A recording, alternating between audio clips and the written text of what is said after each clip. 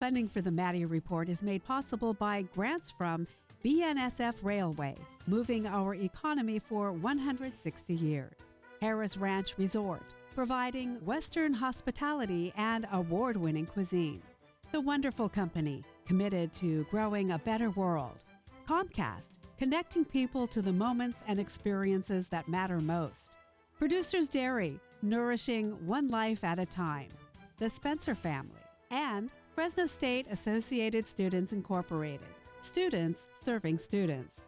The Maddy Report is also made possible thanks to contributions from Cook Land Company, E&J Gallo Winery, the Fresno Association of Realtors, and California Manufacturing and Engineering Company. From the Maddy Institute, the Public Policy Institute for the Valley's 4 public universities, this is the Maddy Report with Executive Director of the Maddy Institute, Blake Zante. Welcome to the Maddy Report. I'm Blake Zante, Executive Director of the Maddy Institute. Today we're diving into California politics and policy with Assemblywoman Esmeralda Soria. Assemblywoman Soria, you've had an impressive journey as a daughter of farm workers and as a dedicated advocate for the Central Valley. You served on the Fresno City Council, and now you're now on your second term in the California State Assembly.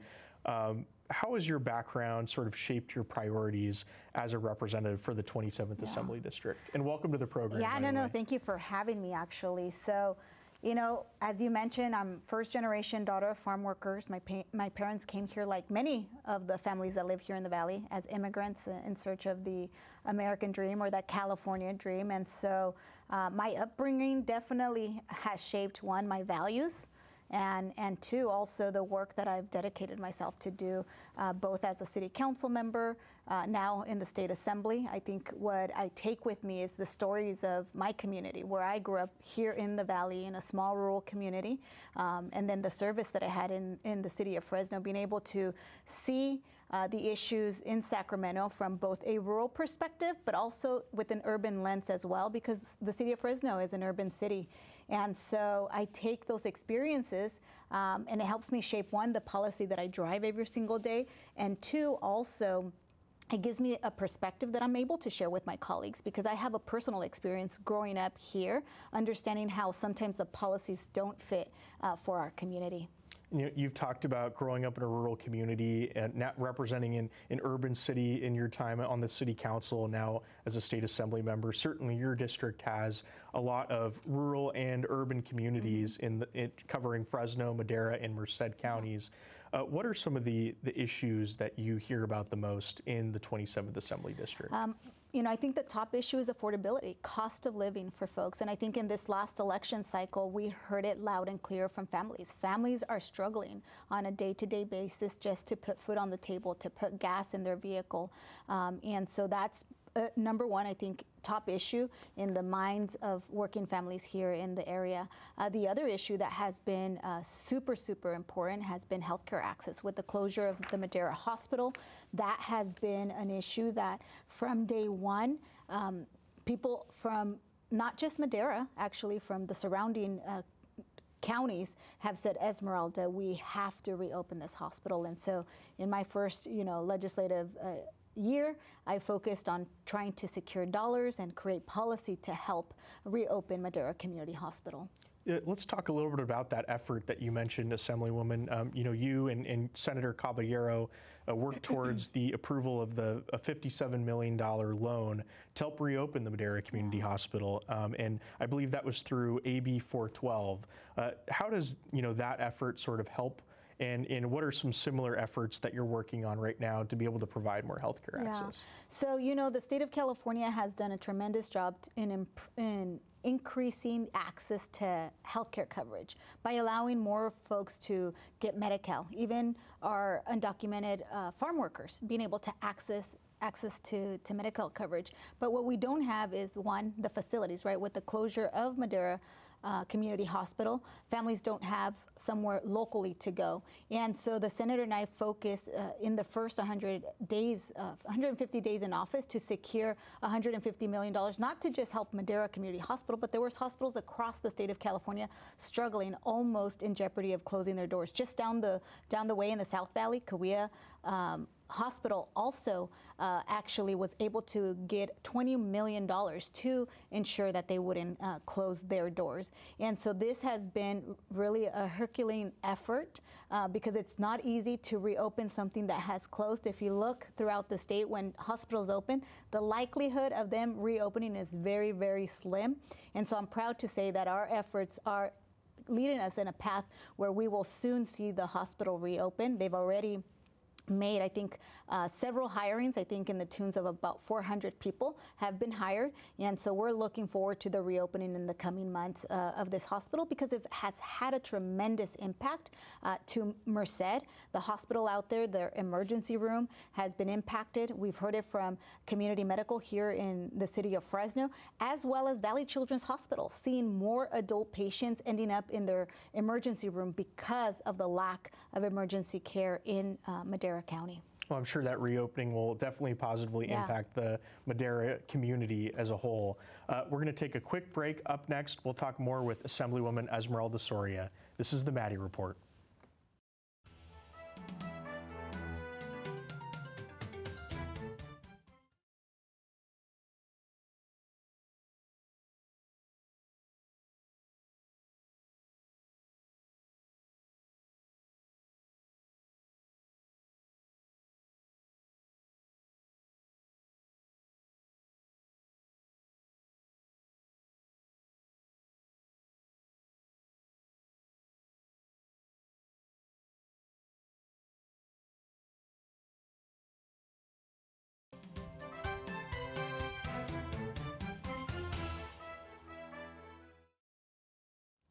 Welcome back to the Maddy Report. We're talking with Assemblywoman Esmeralda Soria, who represents the 27th Assembly District in the California State Assembly. Thank you again for being on the program, Assemblywoman. Thank you. You were recently just reappointed as chair of the Agriculture Committee.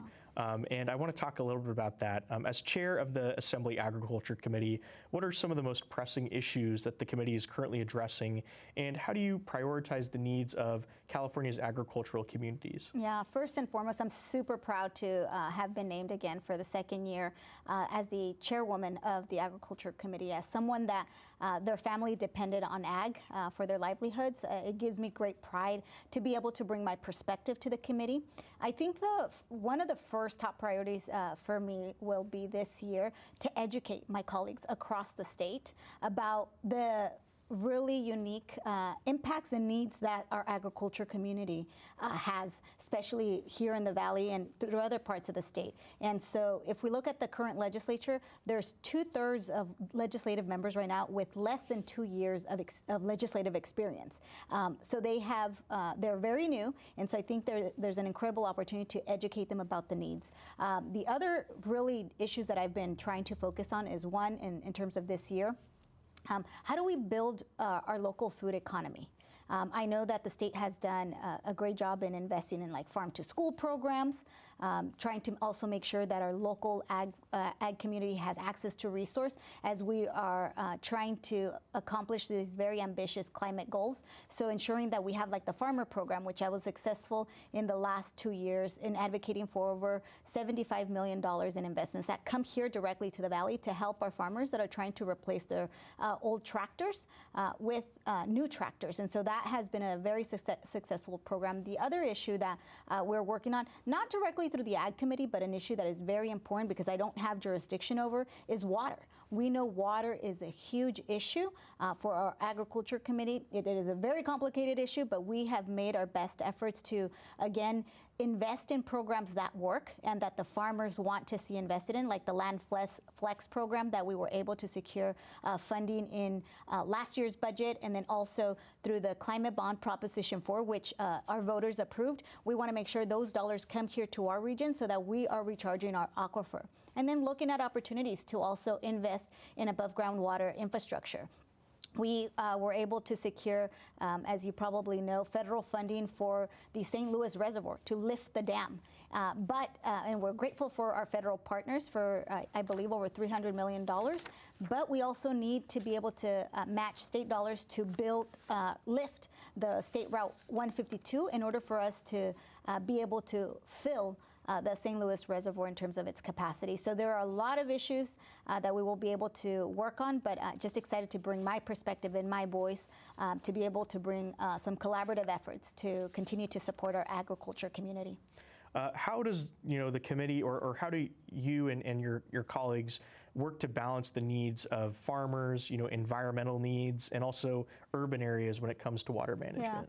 Yeah, and that's a great question. So what I've tried to do in my role as the Ag Chair is to work jointly with Chairwoman Pappen with the Committee on Water, Parks, and Wildlife so that we are talking about how when water decision or water policy is passed through that committee, it actually impacts our agriculture community. And so having those types of hearings with the water agencies so that they answer the questions, and they also hear some of the testimony from our local folks about the decisions that they're making in the regulatory schemes that they have or any other policies that may be coming down the pipe and how that's really going to impact our community. So those are some of the things that I've attempted to work on in the last year. We were able to host a local water hearing where we brought folks from Sacramento, because a lot of times the decisions are made in Sacramento without really understanding on the ground the impact. And so that's what I'm trying to change with my leadership in the Ag Committee and working in a collaborative fashion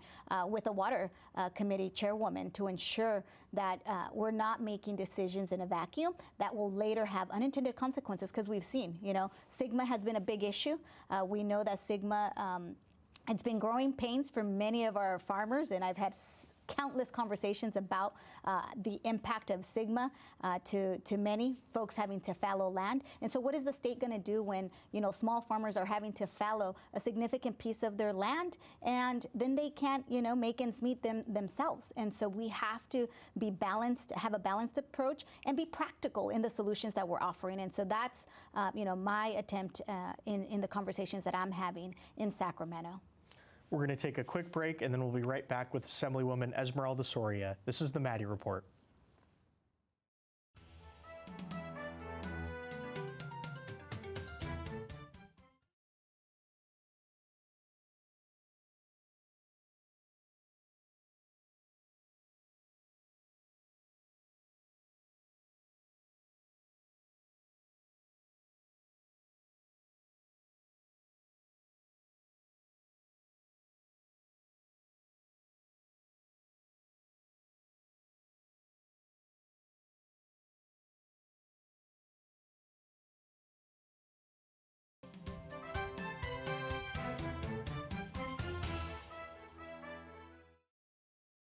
Welcome back to the Maddy Report. We're talking with California State Assemblywoman Esmeralda Soria. Thank you again, Assemblywoman Soria, for being on the Maddy Report today. Let's talk a little bit about something that's ag-related. We were talking about your role as Ag Committee Chair in the last segment, but farm workers, and certainly something that's very personal to you. Farm workers are essential to the success of California's agricultural industry, but often face challenging conditions. So how has the committee supported, legislation or policy changes to improve farm worker livelihood and working conditions overall? A majority of the farm workers that live here in the Valley that work in ag are undocumented. And so if we don't ensure that we protect our workforce, we're not going to have food on our tables. And at the end of the day, this results in a national security issue, right? Because we will be relying then on importing food grown somewhere else with probably not the best working conditions, with less standards. And so I believe that it is important that we work together to ensure that our farm worker community is protected more than ever before. During COVID, we called them essential workers because they were essential, and they are essential workers, and they're so critical to our economy. In the last maybe week and a half, as I've heard directly from farmers and the ag industry, people concern that people will not show up to work after the raids that were happening in Kern and the sightings that they were seeing of the, the Border Patrol. I believe that in some instances, 75% of the workforce was not showing up to work. That is very devastating to our local economy, and so we have to continue to ensure that we do more to protect our farm workers today. And that we try to figure out if there's opportunities to work with the new administration to create some type of pathway, because most of these workers do not want to be undocumented. If they are given the opportunity, they can't. They're here in our country. If they're working hard, following the rules here locally, then I believe that there's an opportunity to work with this administration, with our local ag community, to allow these folks a pathway to legalize their status so that they're not living in this fear, with fear and uncertainty in their lives. And so I'm hoping to provide in this legislative session resources to our immigrant community. The Senate just voted on a bill that will provide $25 million in resources down to our immigrant community that will help here, in particular, our farm workers. Looking ahead, you mentioned being able to protect farm workers, and certainly that's something I think is probably a pretty bipartisan issue, at least here in the Valley, because ag is so essential, and farm workers, if there are no farm workers, there's no agriculture in the Valley. But that it seems to be that's one of your goals. But what are some of your other goals as chair of the Agriculture Committee in the next couple of years? And are there any other particularly reforms or policies that you hope to advance in the coming years? Yeah, well, we've been working very closely with our ag stakeholders, looking for opportunities on the water challenges that we're seeing. So looking at this year, I have 2 legislative proposals so far that we will be introducing. One of them is dealing with weirs, which is not very a sexy topic, but it will help really with the conveyance of water and being able to access more water for agriculture. We will also be working on infrastructure. We want to make sure that the infrastructure, both for above ground water, like the reservoir I mentioned, has the ability to actually be filled up once the final construction is done of that project. And then also looking for to ensure that we're continuing those investments with the groundwater recharge and how we better support our small farmers, because it is the small farmers that are at the end of the day struggling more and more to kind of just balance their own books, because with every regulation that the state of California adds for them to do, it just increases the cost. And so that's one of the issues that I'm going to be very mindful of in this legislative session, making sure that we don't create additional regulatory burdens that's going to impact our agriculture committee, but at the same time impact the consumer, because the more regulations that we have, the higher the cost of food will be in our community. Thank you. Up next, we're going to talk a little bit more with Assemblywoman Esmeralda Soria. This is the Maddy Report.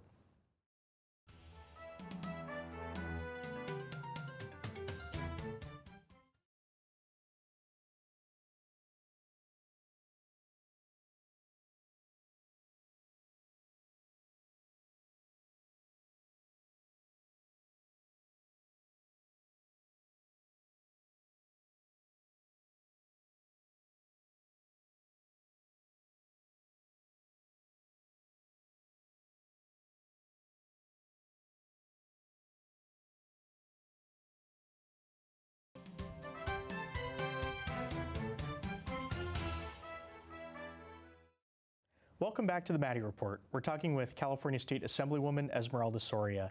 How can the California legislature work to address the growing impacts of these disasters, and what are some current solutions that are on the table right now?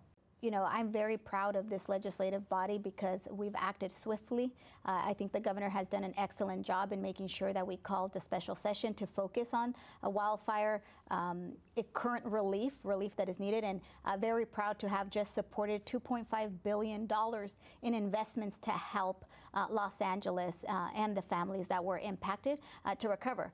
This is the first of much more work that will be needed in the coming months and years. I know personally what it is to be impacted by a crisis such as wildfires. In my district, when I first came in, we had the atmospheric rivers. And as you remember, we had flooding here in the valley. And so thousands of families were also impacted. And I can tell you that 2 years later, families still in Merced County are trying to recover. So I know that it's going to take time, but I'm proud that we were able to act in a unanimous way, in a bipartisan way, to ensure that Californians that live in Southern California and were impacted by this will receive the relief that they deserve.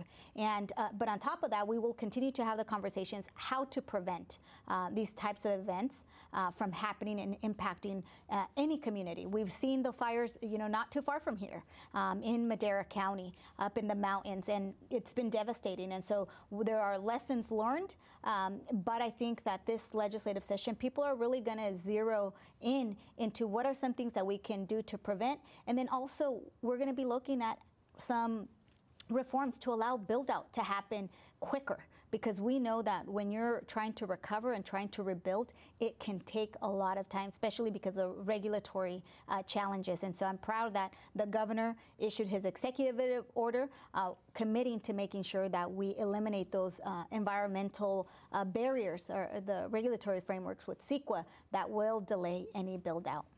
In talking about rebuilding, housing is obviously a big issue in the state, and these are sort of heavy hitter questions, but these are the big issues that are going on. What are some of the things that are going on in the legislature right now that California has on the table to tackle housing affordability? And you talked about affordability in your district. Are there any things that are currently being discussed or proposed that might impact your district? I will say that in the last few years, at least in my time being in the legislature, there's been several reforms, regulatory reforms, to try to streamline processes because we understand that time is money and that we want to make sure that the housing gets built as fast as possible. And there's a big supply issue in our community. And so we have made tremendous progress, but there's still more work to be done. I will say specifically for my district, I'm actually introducing 2 pieces of legislation. One that includes allowing small rural communities to actually access state funding because they're smaller. They don't have sometimes the staffing to apply for all these variety of different housing funds that are available, so they miss out.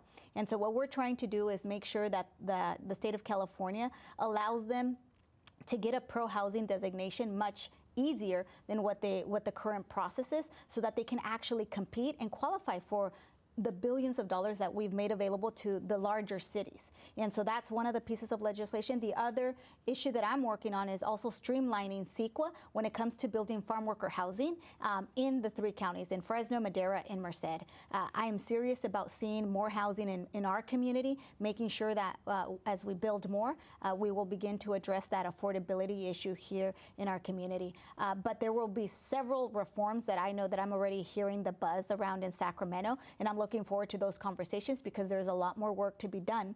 But we can't let the cities off the hook. And I've been a council member, worked for the city of Fresno, and in the last few years I have seen cities like Fresno reject projects, market rate projects, affordable housing projects, and guess what? That sets us back. And so we have to make sure that we encourage cities to actually be bold in approving these types of projects and not encourage them from killing projects that are good projects in our city. And let's move on. One last question. Education and workforce, something that you've been very passionate about. It's always a constant topic. And, just recently with the budget, there were several $100 million that were cut from state funding to, some state institutions like the CSU.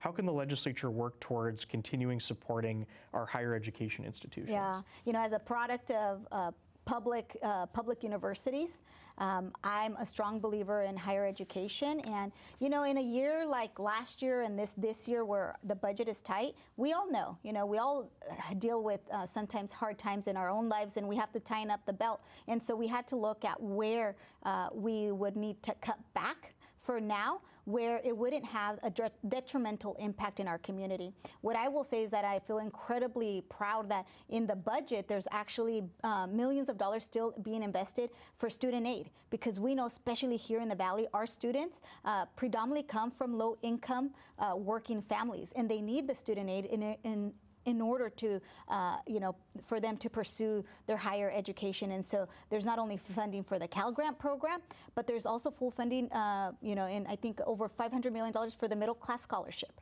And those are real dollars that will go to the students here in our local community so that they can pursue an education at Fresno State or at UC Merced.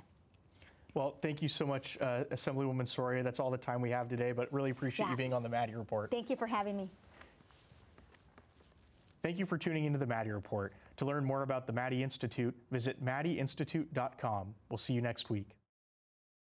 The views expressed in the Maddy Report are those of the individuals participating in the program and do not necessarily reflect the views of the Maddy Institute. If you'd like to share your thoughts about today's episode of the Maddy Report, please visit our website at maddyinstitute.com.